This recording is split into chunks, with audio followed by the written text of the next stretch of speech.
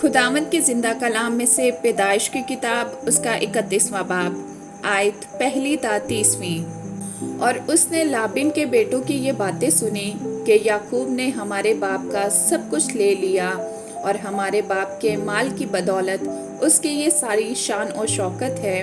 और याकूब ने लाबिन के चेहरे को देखकर ताड़ लिया कि उसका रुख पहले से बदला हुआ है। और खुदावंद ने याकूब से कहा कि तू अपने बाप दादा के मुल्क को और अपने रिश्तेदारों के पास लौट जा और मैं तेरे साथ रहूंगा। तब याकूब ने राखेल और लिया को मैदान में जहां उसकी भेड़ बकरियां थीं बुलवाया और उनसे कहा, मैं देखता हूँ कि तुम्हारे बाप का रुख पहले से बदला हुआ है, पर मेरे बाप का खुदा मेरे साथ रहा। तुम तो जानती हो कि मैंने अपने मकदूर भर तुम्हारे बाप की खिदमत की है, लेकिन तुम्हारे बाप ने मुझे धोखा दे देकर 10 बार मेरी मजदूरी बदली, पर खुदा ने उसको मुझे नुकसान पहुंचाने ना दिया। जब उसने ये कहा कि चितले बच्चे तेरी उजरत होंगे, तो भेड़ बकरियां चितले बच्चे देने लगी। और जब कहा कि धारीदार बच्चे तेरे होंगे, तो भेड़ बकरियों ने धारीदार बच्चे दिए। यूं खुदा ने तुम्हारे बाप के जानवर लेकर मुझे दे दिए।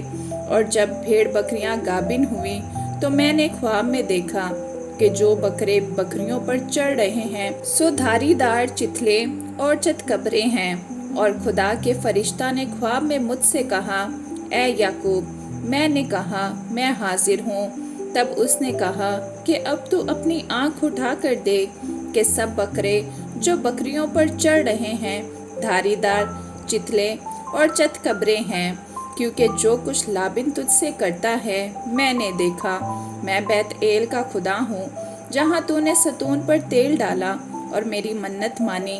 बस अब उठ और इस मुल्क से निकलकर अपनी जात भूमि को लौट जा। तब राखेल और लिया ने उसे जवाब दिया, क्या अब भी हमारे बाप के घर में कुछ हमारा बकरा क्या मिरास है? क्या वो हमको अजनबी के बराबर नहीं समझता? क्योंकि उसने हमको भी बेच डाला और हमारे रुपए भी खा बैठा। इसीलिए अब जो दौलत खुदा ने हमारे बाप से ली वो हमारी और हमारे फर्जंदों की है। बस जो कुछ खुदा ने तुझसे कहा है वही कर। तब याकूब ने उठकर अपने बाल बच्चों और बीवियों को ऊंट पर बिठाया और अपने सब जानवरों और माल और असबाब को जो उसने इकट्ठा किया था, यानी वो जानवर जो उसे फिदान आराम में उजरत में मिले थे, लेकर चला, ताकि मुल्के कनान में अपने बाप इसहाक के पास जाए।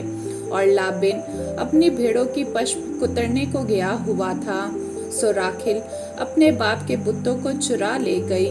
और याकूब लाबिन अरामी के पास से चोरी से चला गया, क्योंकि उसने अपने भागने की खबर ना दी।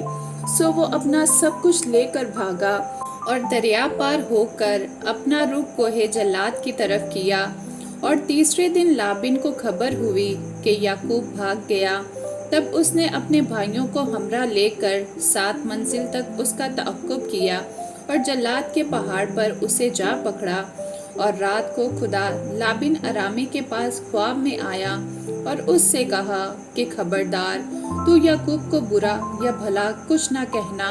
और लाबिन याकूब के बराबर जा पहुंचा, और याकूब ने अपना खेमा पहाड़ पर खड़ा कर रखा था। सो लाबिन ने भी अपने भाइयों के साथ जल्लाद के पहाड़ पर डेरा लगा लिया। तब लाबिन ने याकूब से कहा कि तूने ये क्या किया कि मेरे पास से चोरी से चला आया और मेरी बेटियों को भी इस तरह ले आया, गोया वो तलवार से असीर की गई हैं। तू छुप कर क्यों भागा और मेरे पास से चोरी से क्यों चला आया और मुझे कुछ कहा भी नहीं?